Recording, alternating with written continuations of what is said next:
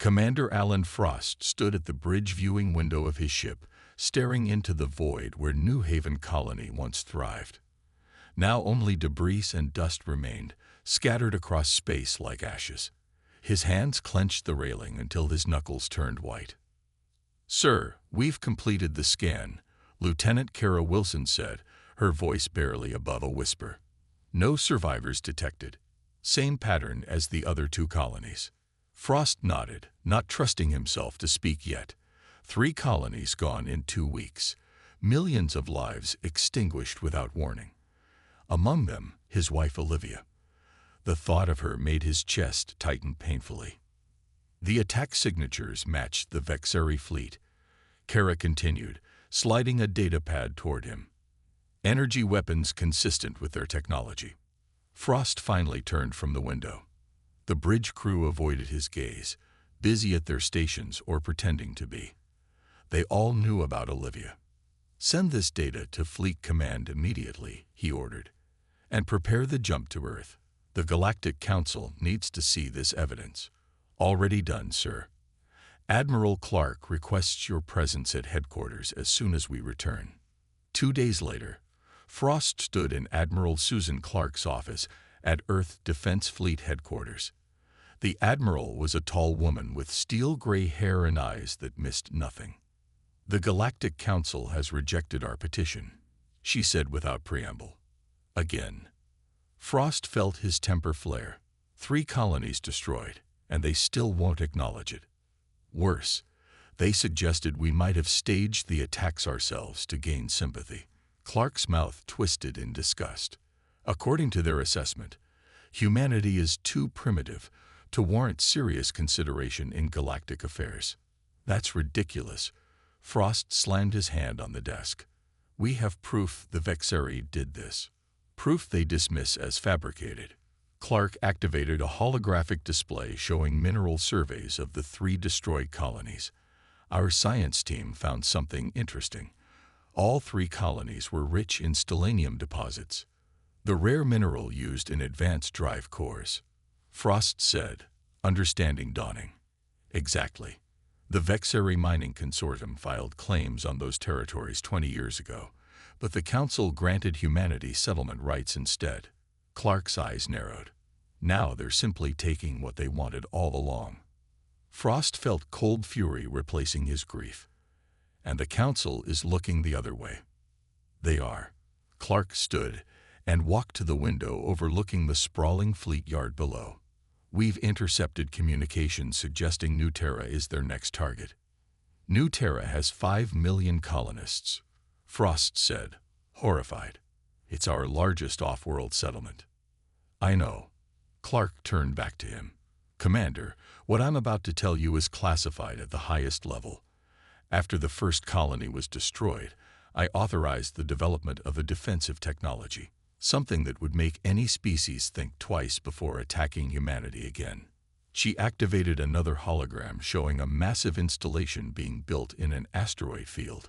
"Project Nemesis," she said. "Our answer to the Vexari threat." "What does it do?" Frost asked, studying the schematics. "It harnesses stellar energy to create controlled gravitational distortions. In theory, it could collapse a star." Frost looked up sharply. "You're talking about a weapon that could destroy entire systems." "I'm talking about survival, Commander." Clark's voice was firm. "The Vexari and the Council need to understand that humanity will not be exterminated quietly." Frost thought of Olivia, brilliant and kind, who had only wanted to understand alien life. Now she was gone, along with millions of others. "What do you need from me?" he asked. "I'm giving you command of our newest vessel, the Eclipse. You'll protect the Nemesis research team and gather intelligence on Vexari movements." Clark handed him an access card.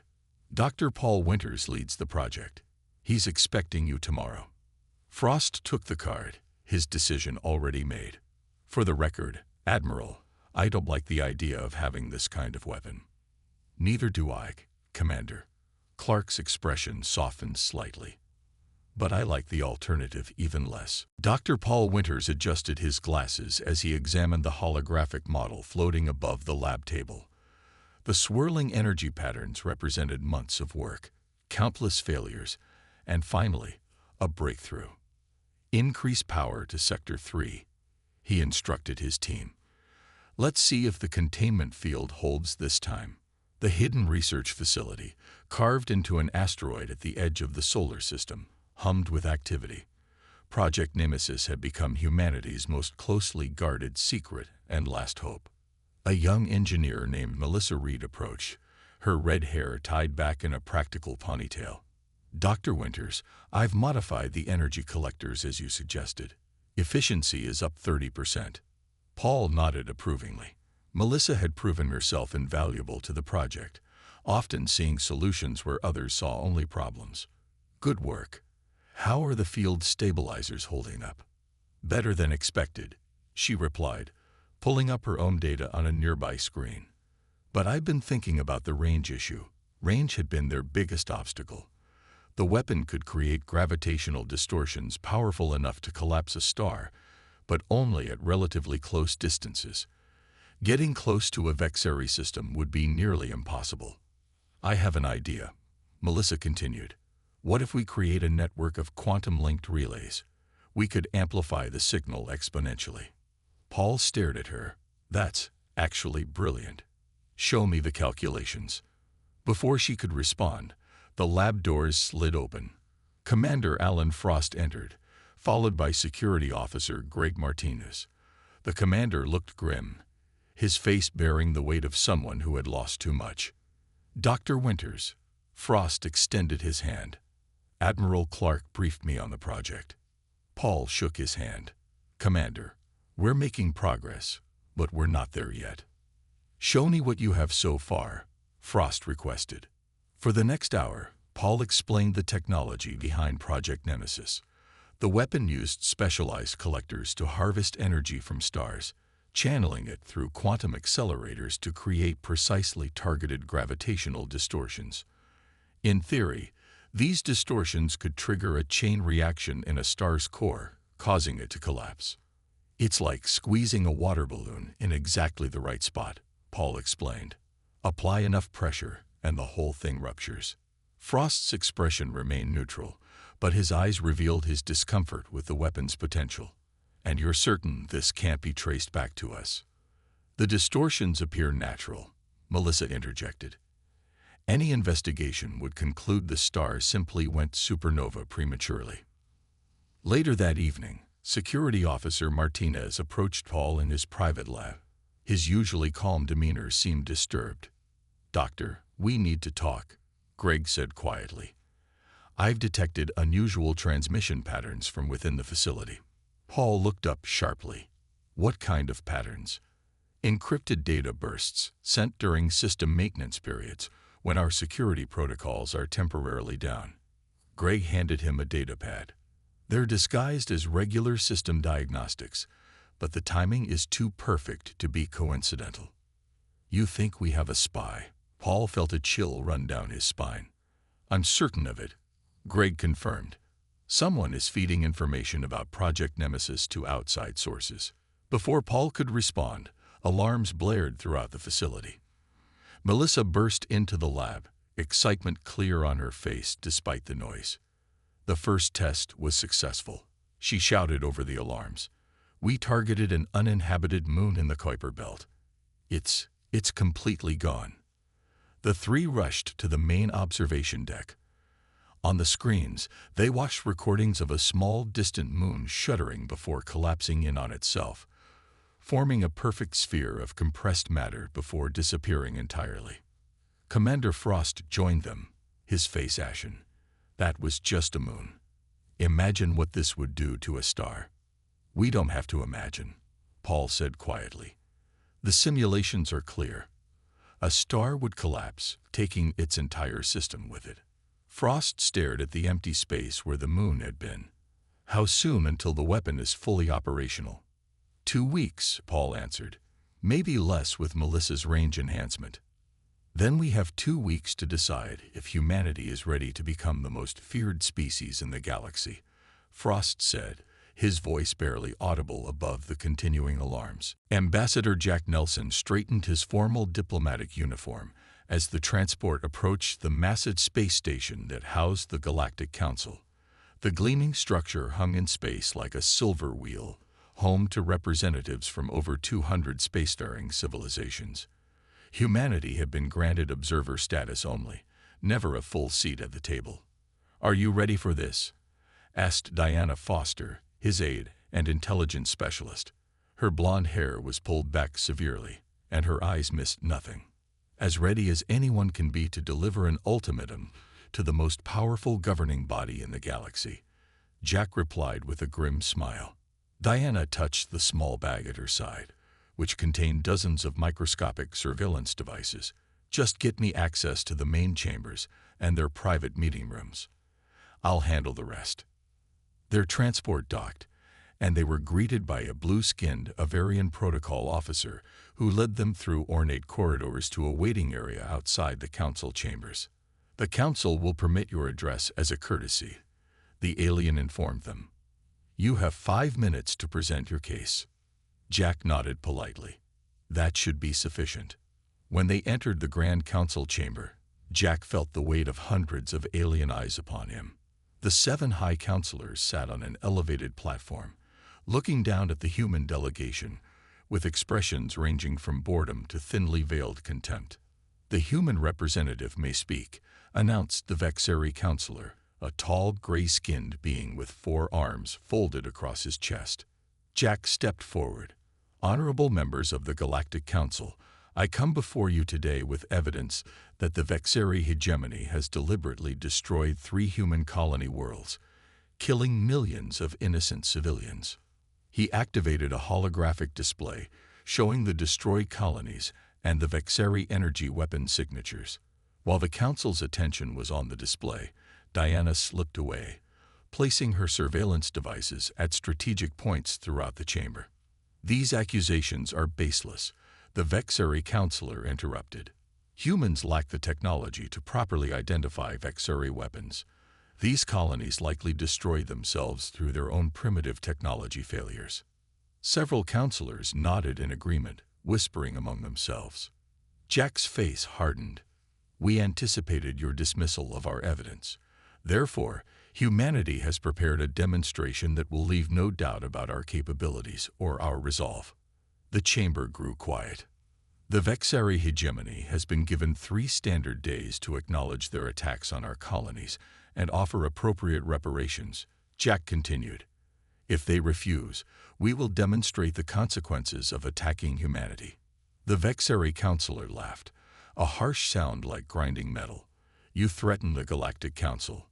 Humans truly are primitive if they believe they can stand against the combined might of our civilizations." Jack smiled thinly.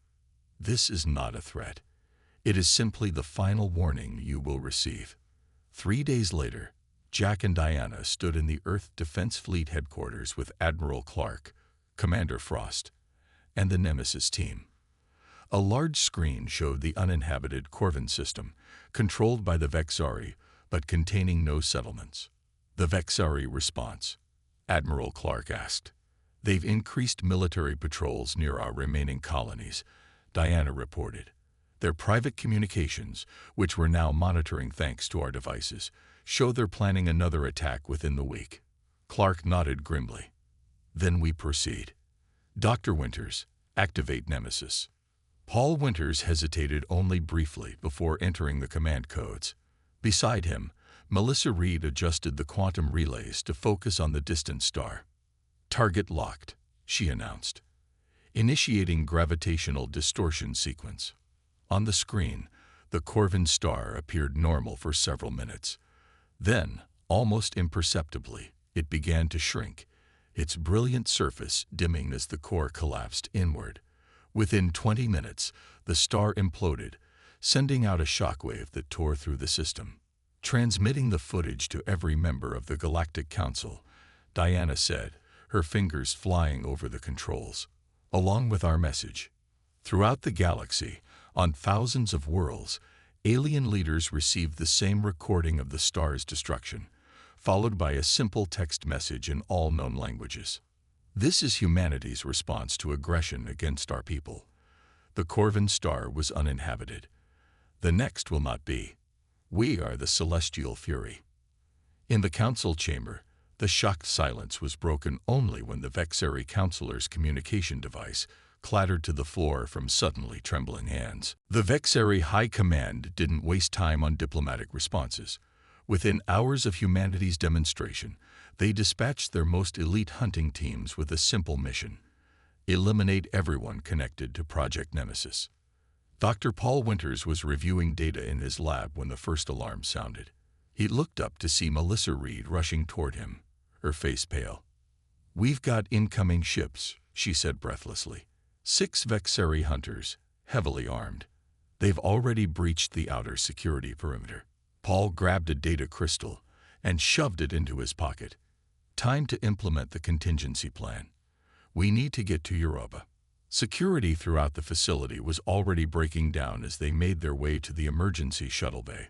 Greg Martins met them at the entrance, the laser rifle in his hands.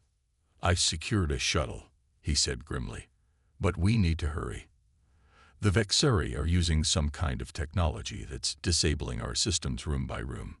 They boarded the small, nondescript shuttle. As Melissa prepared for launch, Paul transmitted a final message to Earth Defense Fleet. "Nemesis team compromised. Initiating protocol scatter." The shuttle slipped away just as the first Vexeri ships reached the facility. Their escape wouldn't remain secret for long. Meanwhile, Commander Alan Frost received the distress call while patrolling near Saturn. His ship, the Eclipse, was the closest defense vessel to the research facility. "All hands to battle stations," he ordered. "Set course to intercept those Vexeri ships. We need to buy the Nemesis team time to escape." The Eclipse raced toward the facility, joined by 2 smaller patrol vessels. They were outgunned, but Frost knew their mission wasn't to win, only to delay. In the communications center of the Eclipse, Specialist Heather Jones monitored the Vexeri transmissions. She had been studying their communication patterns for months, and something caught her attention. "Commander," she called over the ship's comm, "I'm detecting a pattern in their transmissions. They're using a frequency oscillation that corresponds to their attack formations." Frost appeared at her station moments later. "Can you predict their movements?" Heather's fingers flew across her console. "I think so. Each frequency shift happens exactly 12 seconds before they change course or fire weapons. Send that data to weapons control immediately," Frost ordered. "It might give us an edge." When the Eclipse engaged the Vexeri hunters, they used Heather's discovery to anticipate the enemy's first moves. 2 Vexeri ships were damaged in the initial exchange, but the advantage didn't last long. "They've changed their communication protocol," Heather reported frantically. "They must have realized we cracked their pattern." The battle quickly turned against the human vessels. 1 patrol ship exploded, consumed by Vexeri energy weapons. The second was disabled, drifting helplessly in space. On the bridge of the Eclipse, Frost watched as his ship's shields failed under the relentless assault. "Status of the Nemesis shuttle," he demanded. "They've reached the jump point," his tactical officer replied. "They're clear." Frost nodded, satisfied. "Full power to engines. We're breaking off." But the Vexeri had anticipated this move. As the Eclipse attempted to retreat, 3 more hunter ships appeared directly in their path. "It's an ambush," Frost realized too late. The Vexeri weapons tore through the Eclipse's hull. Systems failed across the ship, and fires broke out on multiple decks. Frost was thrown from his chair as an explosion ripped through the bridge. "Abandon ship," he ordered, blood streaming from a cut on his forehead. "All hands to escape pods." Across the ship, crew members raced for the escape pods as the Eclipse began to break apart. Heather helped injured colleagues into pods, staying until the last possible moment. In the final pod, Frost waited for her. "Come on," he shouted as the ship groaned around them. Heather jumped into the pod seconds before the section behind her decompressed. The pod launched, joining dozens of others streaming away from the dying ship. As they watched the Eclipse crumble under the Vexari assault, Frost's thoughts turned to the Nemesis team. Their survival now represented humanity's only hope. And somewhere out there, the Vexari hunters were still searching for them. "They think they've won," he said quietly, "but they don't understand what they're dealing with." "What's that, sir?" Heather asked. "The celestial fury of a species fighting for its survival." Counselor Zachary Phillips walked briskly through the dimly lit corridors of the Galactic Council's diplomatic wing. The human representative had requested this meeting room specifically, smaller, less frequently used, and most importantly, one of the few spaces Diana Foster hadn't been able to place her surveillance devices. Phillips checked his watch. 3 minutes until the Vexari delegates arrived. 3 minutes to compose himself before committing the ultimate betrayal of his species. He told himself it was for humanity's greater good. The Nemesis weapon was simply too powerful, too dangerous to exist. Humanity wasn't ready for such responsibility. Better to end this now, before full-scale war erupted. The door slid open, and 3 Vexari entered. Their gray skin seemed to absorb the light rather than reflect it, and their 4-armed bodies moved with unsettling grace. "Counselor Phillips," the lead Vexari said, upper arms folded in their traditional greeting. "You have information for us."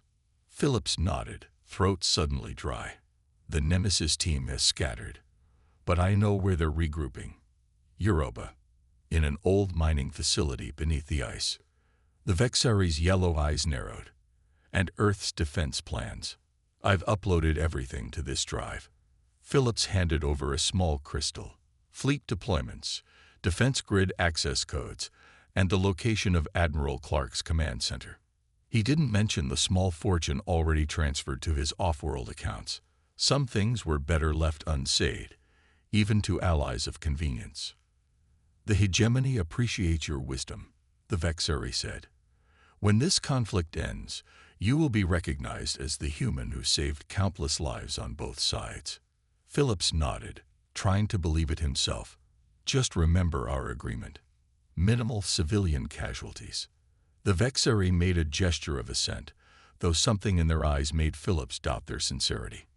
Across the station, Lieutenant Laura Hayes sat stunned in Diana Foster's makeshift intelligence office. On the screen before her played a surveillance recording, not from Diana's devices, but from a secondary system Diana had installed as backup. The footage showed Phillips clearly, his words unmistakable as he handed over humanity's defense secrets. "How did you get this?" Laura asked, voice barely above a whisper. "I thought Phillips chose a room without surveillance." Diana's lips curved in a cold smile.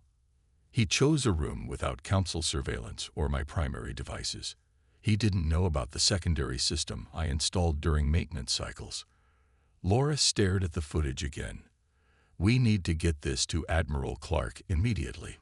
"Already transmitting," Diana confirmed. "But I'm worried it might be too late." Her concern proved prophetic. Within hours, the Vexari launched their largest attack yet. Their fleet emerged from jump points surrounding Earth, bypassing the outer system defenses completely.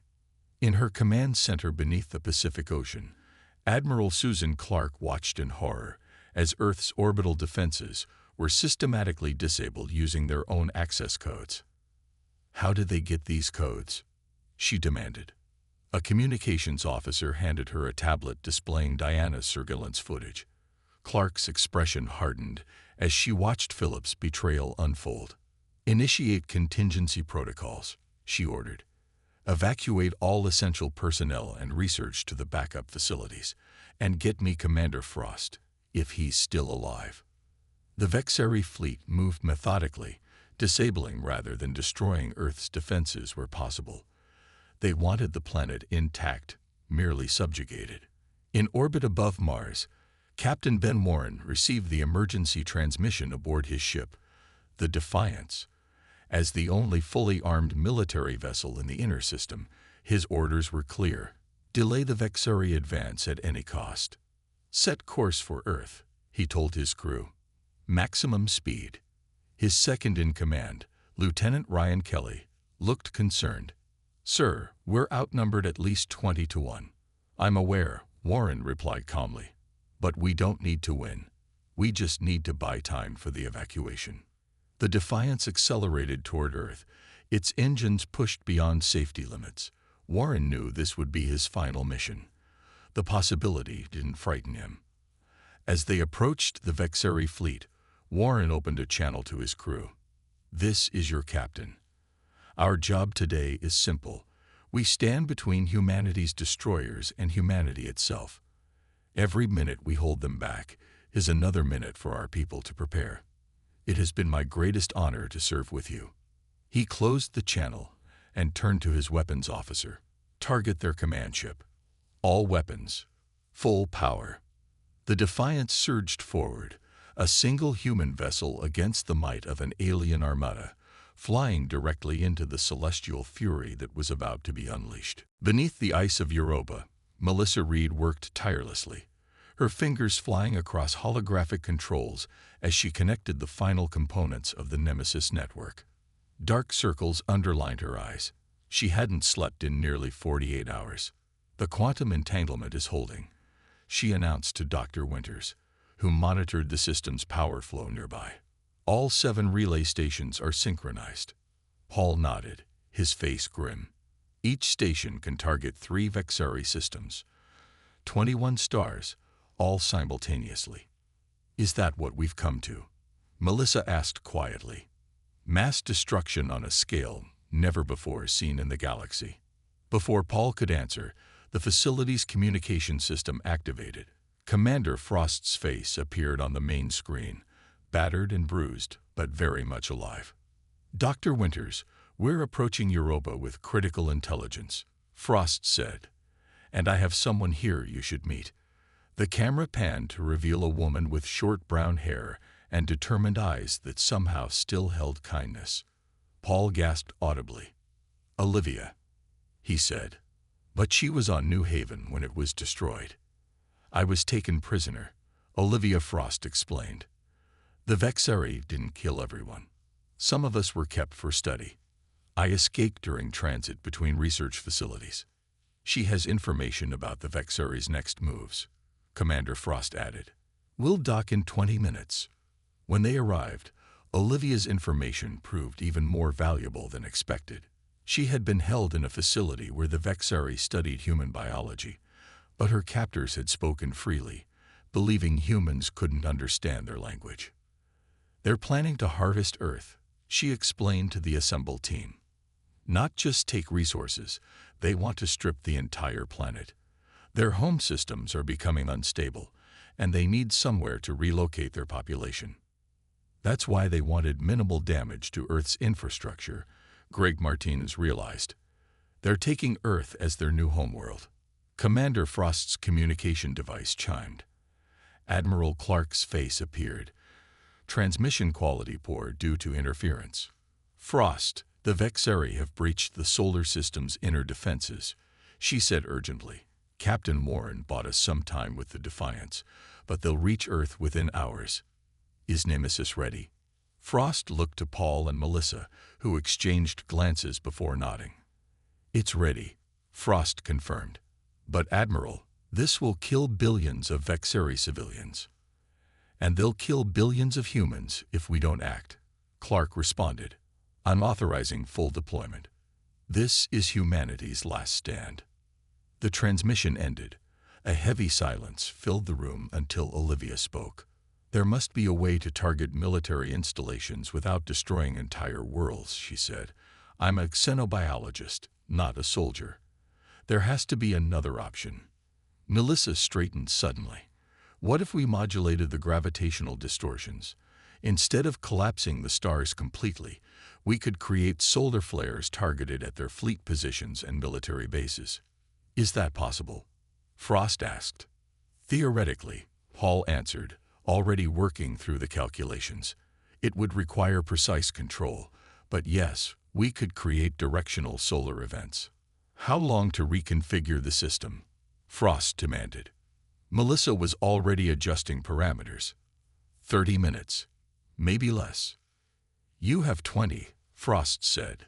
The Vexari fleet has just entered Earth orbit. Across the solar system, the remaining human ships engaged in desperate holding actions against overwhelming odds. Earth's surface defenses fired upward as Vexari landing craft began their descent. In the Europa facility, Melissa completed the final adjustments with seconds to spare. Network reconfigured, targeting solution locked on military installations, and fleet positions across 21 systems. Paul took a deep breath. Nemesis activation in 3, 2, 1. Throughout Vexari space, their suns suddenly flared with impossible violence. Precisely directed plasma eruptions swept through space, engulfing military bases and decimating their fleets. Communication hubs melted, weapon platforms vaporized, and command centers disappeared in blinding light. On their screens, the team watched as the Vexari fleet above Earth suddenly faltered. Ships began pulling back, responding to desperate recall orders from their home systems. "It's working," Greg whispered. Melissa monitored the energy readings carefully. "The solar activity is already beginning to stabilize. We've avoided stellar collapse." The Vexari High Command vessel approached Earth under a flag of truce. Its sleek, gray hull reflected the sunlight as it maintained position at the designated coordinates, surrounded by a dozen human defense ships.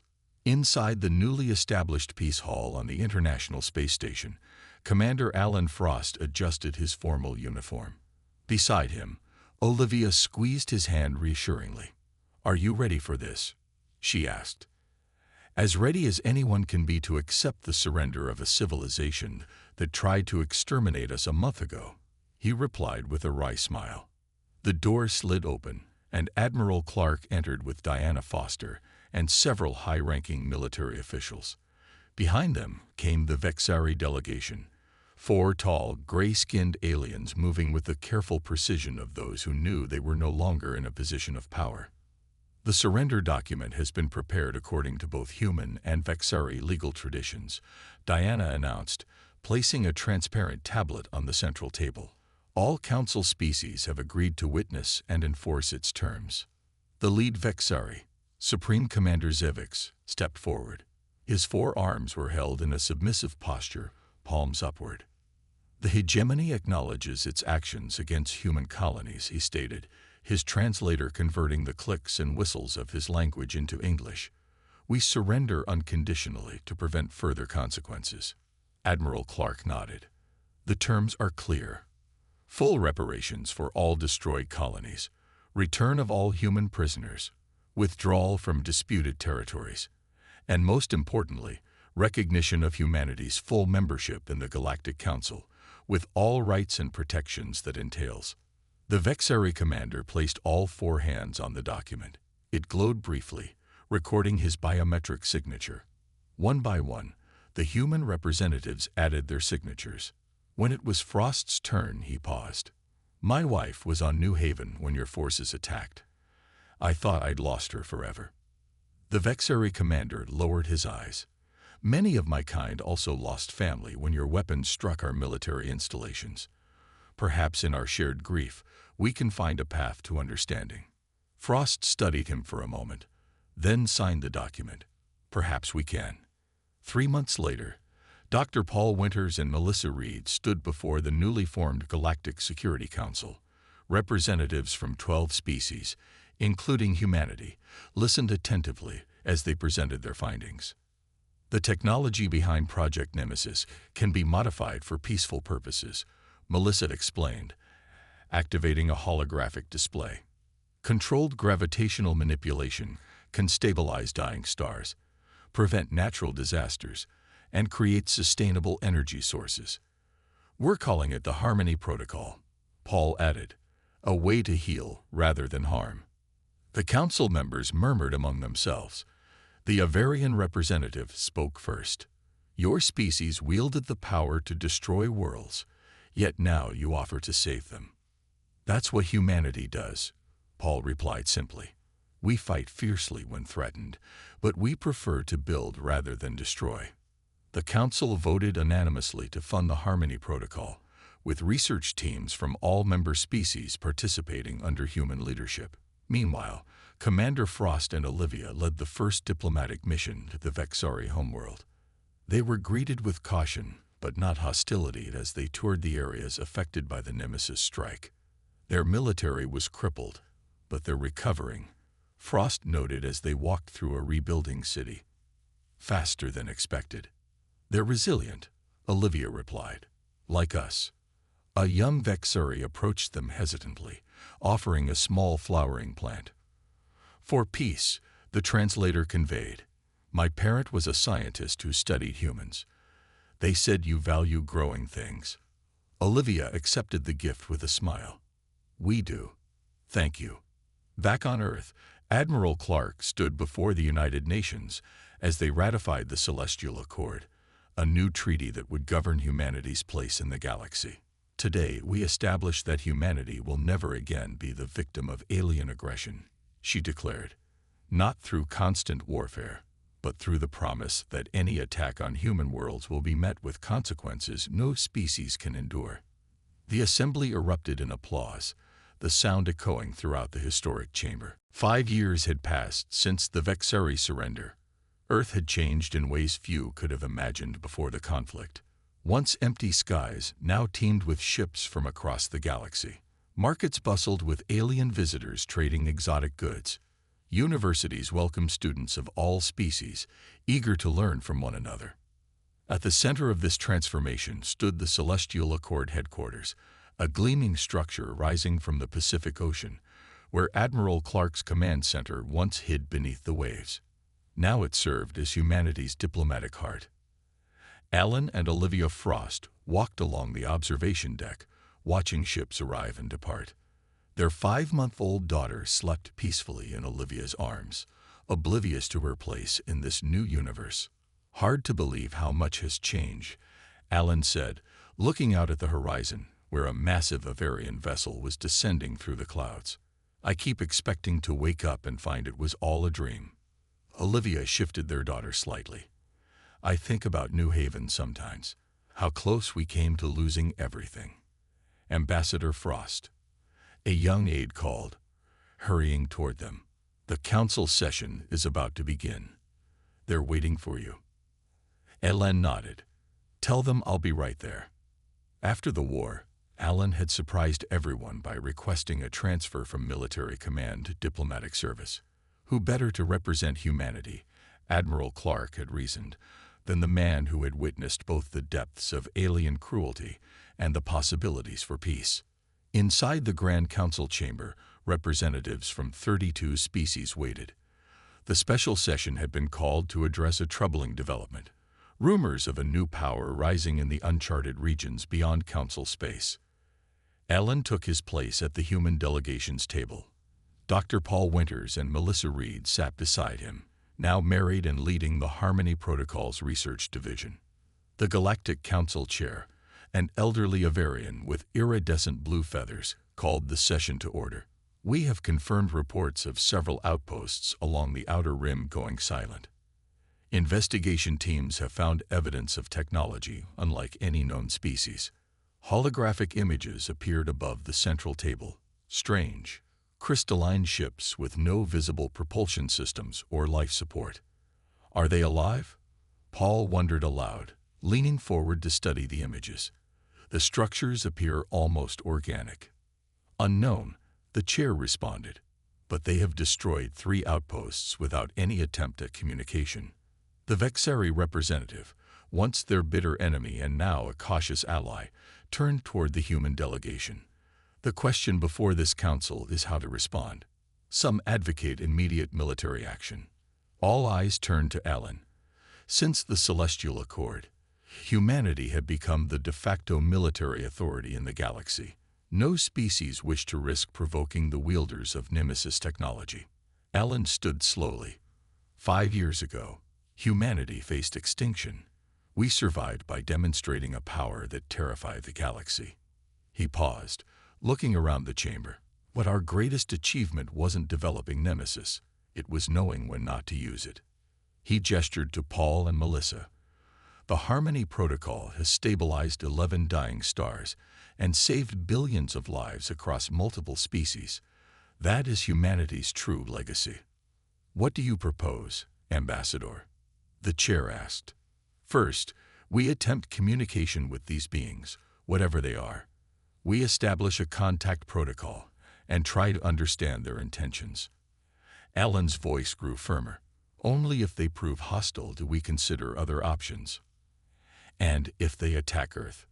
The Vexari representative asked. Alan's expression hardened slightly. Then they will learn why we are called the Celestial Fury.